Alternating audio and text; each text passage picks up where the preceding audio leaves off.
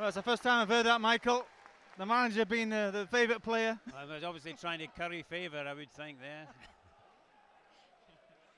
Well, we're all set then for a crucial league encounter. If Falkirk can pick up 3 points today, I think a lot of faith will be restored in the side, building on last week's good showing up in Dingwall.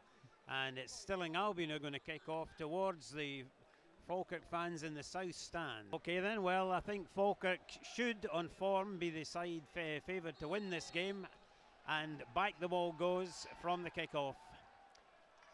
Mark Stewart wide on the right there, through skipper Burton O'Brien, chips a ball in, and lovely ball to Finnegan, just not far off making connection with that. Yep. Plenty of time on the ball. Chip pass for Finnegan. Finnegan's in here. He's in. A chance.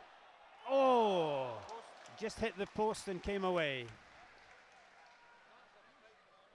He feeds it back to Twaddle. Twaddle's cross is headed on by an Albion player.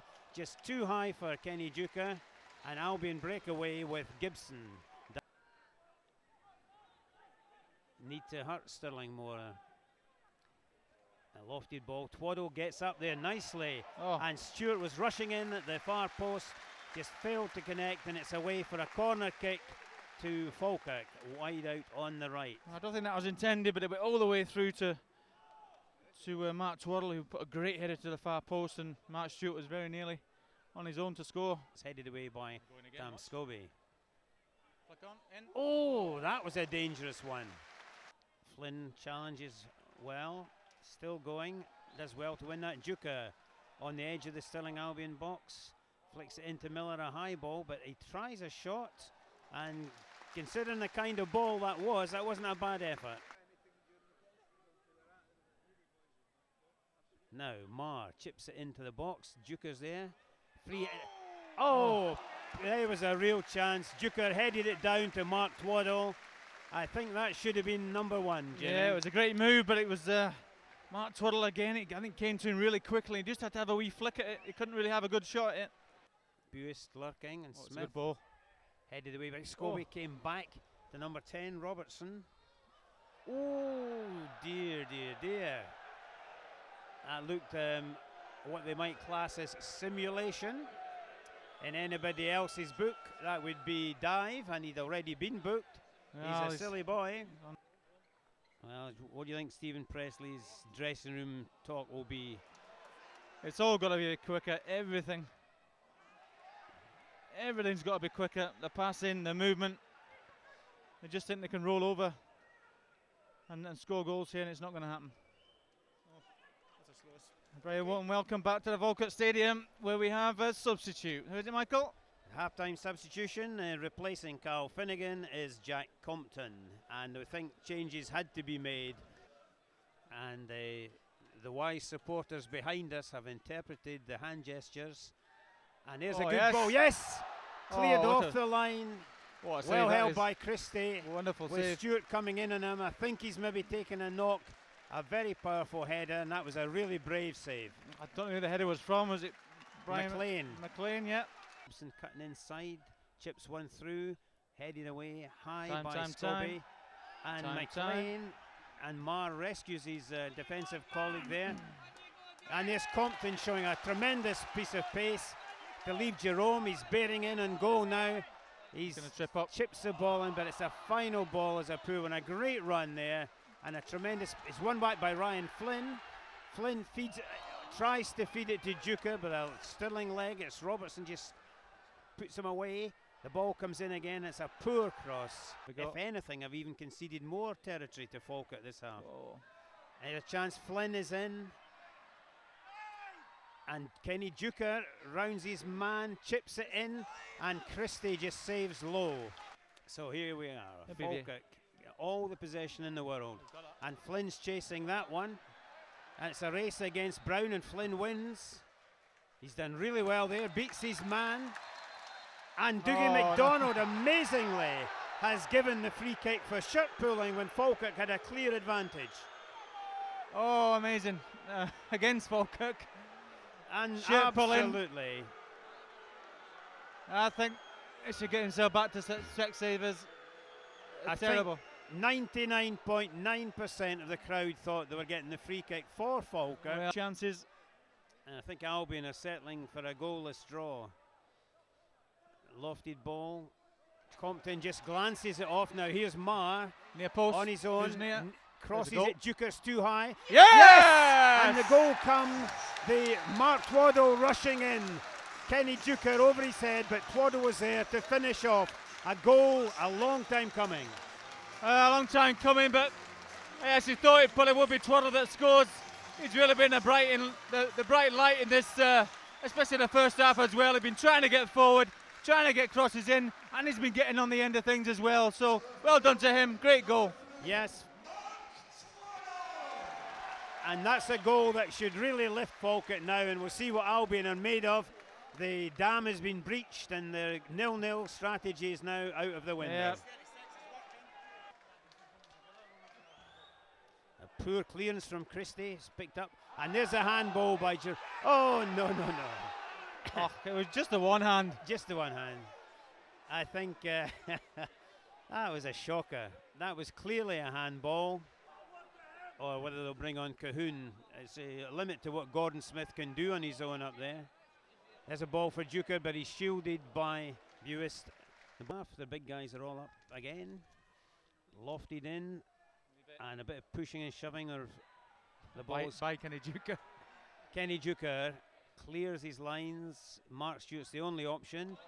Mark Stewart gets the break of the ball. He's one-on-one. Now Mark, what are you going to do? He takes inside the box and he fires a great goal! Now, if ever a boy deserved one for effort, that's it. Well, it's a great initial bit of skill to get away from the defender. And all he did was shepherd it away from the left back and fire it low. And that's what Mark Stewart needed, I think, you know. And you can see what it means to him, a grin from ear to ear. A guy who's given so much effort, he deserves that. And that second goal should really settle Falkirk now. No, it should do, yeah, a great finish as well. Jack Compton receiving attention to that ribs injury, I think. The club doctor having a good look at him. Got a paracetamol, send him back on. Well, 2-0 to Falkirk. He played with us in that season at Oakleview, some of you will remember. Oh, yeah. And he looked a useful prospect, but he just kind of lost his way. Maybe we should go back to Oakleview then. There's a ball and a free header for Ryan Flynn, but he just heads it over. That's the first time I've seen an interpreter for the substitute in the First Division. A chance. Here we go. Compton's on his own. Great And he feeds it through. A great goal.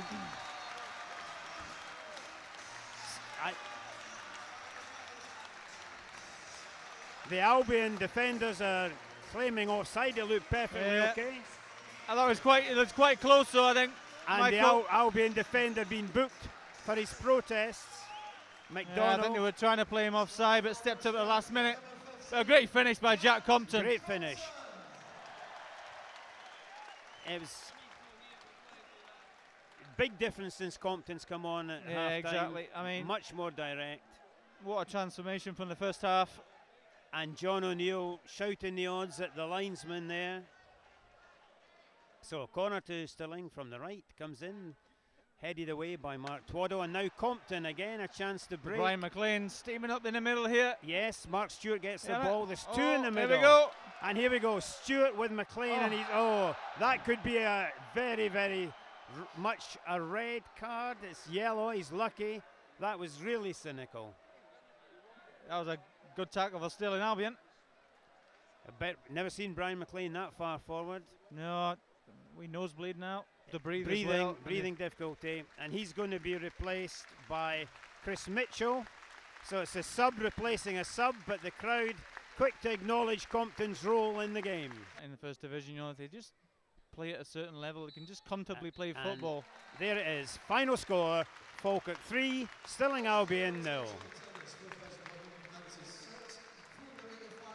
The sponsors man of the match is going to Ryan Flynn, but Falkirk TV man of the match, we agreed, was Mark Twaddle. Mark Twaddle, yeah, definitely. Yeah, Mark played really well. of course, teams coming to the Falkirk Stadium, this will be probably their biggest game of the season. They'll lift their game. They don't want to come to a big venue and be embarrassed. And you could see that Stirling had set their stall out to come away with 1 point. Yeah, and it was always a fact that we had to break them down and just could not do it. No impetus whatsoever until obviously a wee half-time team talk and a bit of direction. We put in Jack Compton on, who was very direct and really changed the game. You can see how much it means to Stephen Presley, a big broad grin out there on the pitch, congratulating his players individually and collectively. Well, he's got to learn as well, Stephen Presley, that, you know, it shouldn't be just the fans lifting the players. The players got to lift themselves, you know. I know they had comfortable possession, but they've got to turn that possession into some form of attack, you know, and you know, even just kicking the ball forward, aiming for Kenny Duke, you can get scraps off that, you know. But it was more like just a keep ball session in the first half, wasn't it? Yeah, in a way, I think you were maybe right that they seem to be more relaxed when they're away from home. Well, I think so, yeah. You know, that there's not that many fans are going to go all the way to Dingwall, and they probably wouldn't hear them booing. But here they're going to hear every single boo, every single shout, because it's so quiet when nothing's happening. They have traditionally been a very difficult crowd to please, very critical of their side, but once the team produces, they'll get right behind them, and on their day, there are no better supporters. Well, you know, through the years, Michael, there's always been the Falkirk sides have always wanted to go forward and create chances, have good wingers that go past people and want to run at players and stuff. But well, we have a team here that are technically quite good, you know, and they like to keep the ball and get it off the keeper. But you know, there's only so long you can do that for in a game. You know, you have to try and have a bit of direction and then try and get the ball forward. And some teams are going to sit two bags of four in front of you. How are you going to break them down? You know, you've got to do something. Yeah, I don't think there'll be many teams who will come here and have a go at Falkirk, and that's the kind of game they're going to have to cope with. Your Cowden Beasts are going to come and play a very, very similar fashion. Well, that was similar to the Dunfermline game, where, you know, it was very Falkirk orientated the first 20 minutes or so, but Dunfermline scored, you know, and it put them on the back foot. Total shock, and that's how they lost the game. If they'd gone for it straight away, they'd have won that game easily. I'm telling you. So there we are then. Falkirk 3, Stirling Albion 0. Played 3, won 2, lost 1, goal difference +3. The season's got a long way to go, but maybe we're up and running. Well, we hope so.